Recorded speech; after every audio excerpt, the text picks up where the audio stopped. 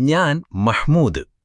എന്റെ പേരുപോലെ തന്നെ മറ്റുള്ളവരാൽ സ്തുതിക്കപ്പെട്ടവനായിരുന്നു ഞാൻ. കാട്ടിലെയോ മൃഗശാലയിലെയോ ഒരു സാധാരണ ആനയല്ല ഞാൻ. അബ്രഹത്ത് രാജന്റെ കൊമ്പനാന. മുമ്പ് കാട്ടിലായിരുന്നു. നിങ്ങളറിയാനാഗ്രഹിക്കുന്ന എന്റെ വിചിത്രമായ കഥ പറയാം. എന്റെ കഥ ആരംഭിച്ചത് അബീസീനിയയിലാണ്. കാട്ടിൽ സുഖത്തോടെ ആരെയും കൂസാതെ രസിച്ചു ഉല്ലസിച്ചു നടക്കുകയായിരുന്നു. പെട്ടെന്നാണ് എല്ലാം സംഭവിച്ചത്. വേട്ടക്കാർ ഒരുക്കിവെച്ച കുണിയിൽ ഞാൻ ചാടി. എന്റെ ശരീരത്തിന്റെ വലിപ്പവും ആരോഗ്യവും ഗാംഭീര്യവും കണ്ടപ്പോൾ അവരെന്നെ പിടിച്ച് രാജാവിന് സമർപ്പിച്ചു. അദ്ദേഹം എന്നെ സൈന്യത്തിൽ ഉൾപ്പെടുത്തി. അങ്ങനെ അവരോടൊപ്പം യമനിൽ താമസമാക്കി.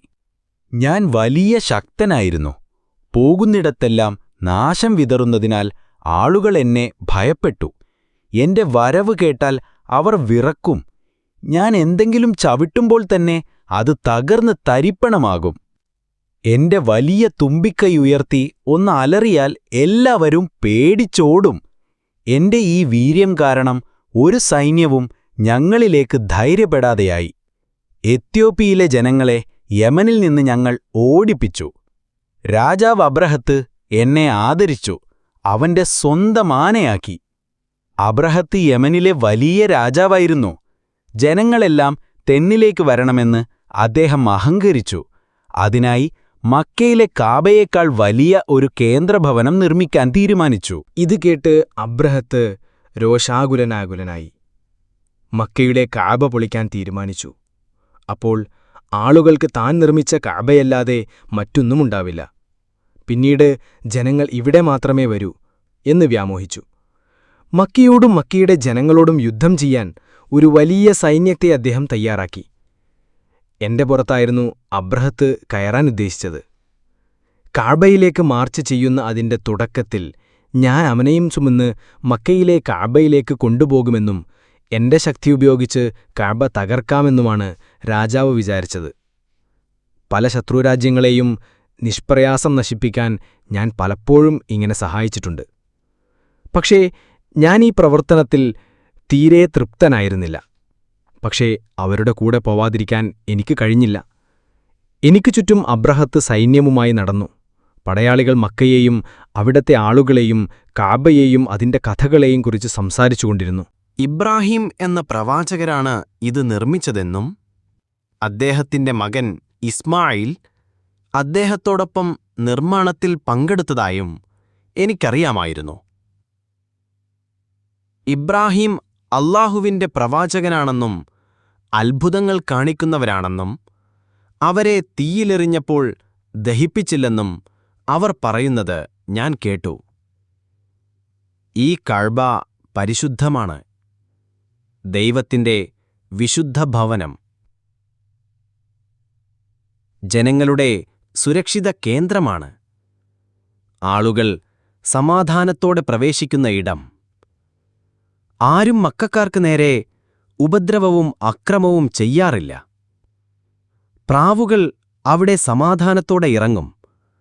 ആരും അവയെ പിടിക്കാനോ ഉണർത്താനോ സമീപിക്കുകയുമില്ല. വളരെ ശാന്തവും സുരക്ഷിതവുമായ സ്ഥലമാണ് കഅബ പരിസരം. പവിത്രം. ആളുകൾ അവിടെ ഇഷ്ടപ്പെടുന്നു. അതിൽ അഭയം പ്രാപിക്കുന്നു. അവിടുന്ന് പ്രാർത്ഥിക്കുന്നു. എന്നെക്കുറിച്ച് കേട്ടപ്പോൾ മക്കക്കാർ ഭയപ്പെട്ടുവെന്ന് സൈനികരിൽ നിന്ന് ഞാൻ മനസ്സിലാക്കി. ഞാൻ അവരുടെ അടുത്തേക്ക് പോകുന്നുവെന്ന് അവർ അറിഞ്ഞപ്പോൾ എന്റെ ശക്തിയെക്കുറിച്ചും എന്റെ പാതയിലുള്ളതെല്ലാം നശിപ്പിക്കാനുള്ള എന്റെ കഴിവിനെക്കുറിച്ചും അവർ കേട്ടു. ഇനി ഞങ്ങൾക്ക് മക്കയിലെത്താൻ ഒരു രാത്രി മാത്രമേ ബാക്കിയുള്ളൂ. അതിനുശേഷം കാബ തകരും, മക്ക മുഴുവൻ തകരും. ഞങ്ങളുടെ സൈന്യത്തെ തടയാനോ പിന്തിരിപ്പിക്കാനോ ഒരു സൈന്യവും അവിടെ ഉണ്ടായിരുന്നില്ല. വഴിയിൽ ആരെയും കാണുന്നില്ല. മക്ക രക്ഷപ്പെടുമെന്നോ കാബ ഞങ്ങളെ രക്ഷപ്പെടുത്തുമെന്നോ ഉള്ള പ്രതീക്ഷയില്ലായിരുന്നു അവിടത്തെ ആളുകൾക്ക്. പട്ടാളത്തിലെ എല്ലാവരും എന്നെ ആരാധനയോടെ നോക്കുന്നുണ്ടായിരുന്നു. അവരിൽ ചിലർ എന്നോട് പലപ്പോഴും പറഞ്ഞു, ഹേ ആന, അബ്രഹത്തിന്റെ ആനകളിൽ ശ്രേഷ്ഠൻ, മുന്നോട്ടു കുതിക്കൂ, ഞങ്ങളോടൊപ്പം പെട്ടെന്ന് നടക്കൂ. മക്കയുടെ നേതാവായ അബ്ദുൽ മുത്തലിബിനെക്കുറിച്ചുള്ള ഒരു വിവരണം ഞങ്ങളെ എല്ലാവരെയും ചിന്തിക്കാനും ഞെട്ടിപ്പിക്കുകയും ചെയ്യുന്നു. ഒരാൾ പറഞ്ഞു, അബ്ദുൽ മുത്തലിബ് അബ്രഹത്ത് തന്റെ സൈന്യവും ഞാനുമായി കഅബ പൊളിക്കുമെന്നറിഞ്ഞപ്പോൾ അദ്ദേഹം ഭയപ്പെട്ടില്ല. യാതൊരു കൂസലുമില്ലാതെ പറഞ്ഞു, റബ്ബിന്റെ വീടാണ്, അവൻ അതിനെ സംരക്ഷിക്കട്ടെ. അബ്ദുൽ മുത്തലിബ് പറഞ്ഞ മഹത്തായ വചനമാണിത്. ഈ വലിയ വാക്ക് എന്നെ ഭയപ്പെടുത്തി. ഏതു നഗരങ്ങളിലേക്കും ധൈര്യസമേതം കടന്നുപോകുന്ന ആളായിരുന്നു ഞാൻ. ഒരു വീടുപോലും ഞാൻ പോയ സ്ഥലത്ത് അവശേഷിച്ചിരുന്നില്ല. പക്ഷേ ഒരു നിമിഷത്തിനുള്ളിൽ ഞാൻ ശൂന്യനായിരിക്കുന്നു. അബ്ദുൽ മുത്തലിബിന്റെ വാക്ക് എന്റെ മനസ്സിൽ ഭയം നിറച്ചു. നടക്കാൻ വയ്യാതെ തുടങ്ങി. ഒരടി മുന്നോട്ട് വയ്ക്കാൻ കഴിയാതെയായി. എനിക്ക് നല്ല ക്ഷീണം തോന്നി. എനിക്കു മാത്രമല്ല ഇത് തോന്നിയത്, മറിച്ച് എല്ലാ ആനകളും, എല്ലാ കുതിരകളും, എല്ലാ ഒട്ടകങ്ങളും, എല്ലാ പടയാളികളും നടക്കാൻ കഴിയാത്ത അവസ്ഥയിലായി. നിൽക്കാൻ കഴിയാത്ത അവസ്ഥ. കാലുകൾ ഒട്ടിപ്പിടിച്ചതുപോലെ ഒന്നനക്കാൻ പോലും സാധിക്കുന്നില്ല. ഭൂമിയിൽ കുടുങ്ങിയിരിക്കുന്നു. അതിന്റെ സ്ഥാനത്തുനിന്ന് മാറ്റാൻ കഴിയില്ല. അബ്രഹയും പടയാളികളും അസ്വസ്ഥരായി. അവരെന്നെ പിന്നിലേക്കാക്കി. വന്ന ഭാഗത്തേക്ക് തന്നെ തിരിഞ്ഞു നടക്കാൻ നോക്കുമ്പോൾ വളരെ എളുപ്പം നടക്കാൻ സാധിക്കുന്നു. അവർ എന്നെ കഅബക്ക് അഭിമുഖമായി നിർത്തിയപ്പോൾ ഞാൻ അനങ്ങാതെ നിന്നു. എനിക്ക് അനങ്ങാൻ കഴിഞ്ഞില്ല.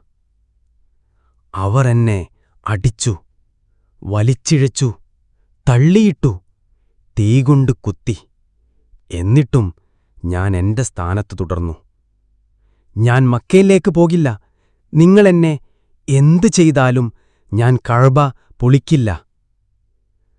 കഅബയെയും മക്കക്കാരെയും തകർക്കാതെ തിരിച്ചുപോവാൻ അവർക്ക് മനസ്സ് സമ്മതിച്ചില്ല. പെട്ടെന്ന് വിചിത്രവും അത്ഭുതവുമായ ഒരു കാര്യം സംഭവിച്ചു. ആകാശത്തേക്കു നോക്കിയപ്പോൾ ആകാശം മുഴുവൻ മൂടുന്ന പക്ഷികളെ ഞാനെന്റെ കണ്ണുകൊണ്ട് കണ്ടു. വളരെ ചെറിയ പക്ഷികൾ. ലോകം ഇരുട്ടുന്നതുപോലെ. ഞാൻ സ്വപ്നത്തിലായതുപോലെ. ഒന്നും മനസ്സിലാകുന്നില്ല. അതോ ഞാൻ ഉണർന്നുതന്നെയാണോ? പട്ടാളക്കാരുടെ നിലവിളി ഞാൻ കേട്ടു. ഇവ അബാബിൽ പക്ഷികളാണ്. സിജ്ജീലിൽ നിന്ന് തീക്കല്ലുകൾ കൊണ്ട് അവർ സൈന്യത്തിന്റെ മുകളിലേക്കിടുന്നു. ചെറിയ കല്ലുകൾ ഞങ്ങളുടെ മേൽ വീണു. ബീൻസ് അല്ലെങ്കിൽ ഗോതമ്പ് വിത്തിനേക്കാൾ ചെറിയ കല്ലുകൾ. എന്റെ സഹപ്രവർത്തകർക്കിടയിലെ ഒരു വലിയ ആനയുടെ മേൽ കല്ലുകളിലൊന്ന് വീണു. അപ്പോൾ തന്നെ അത് വെണ്ണീരായി. മറ്റൊരു കല്ല് ഏറ്റവും മുന്തിയ ഒട്ടകത്തിന്മേൽ വീണു.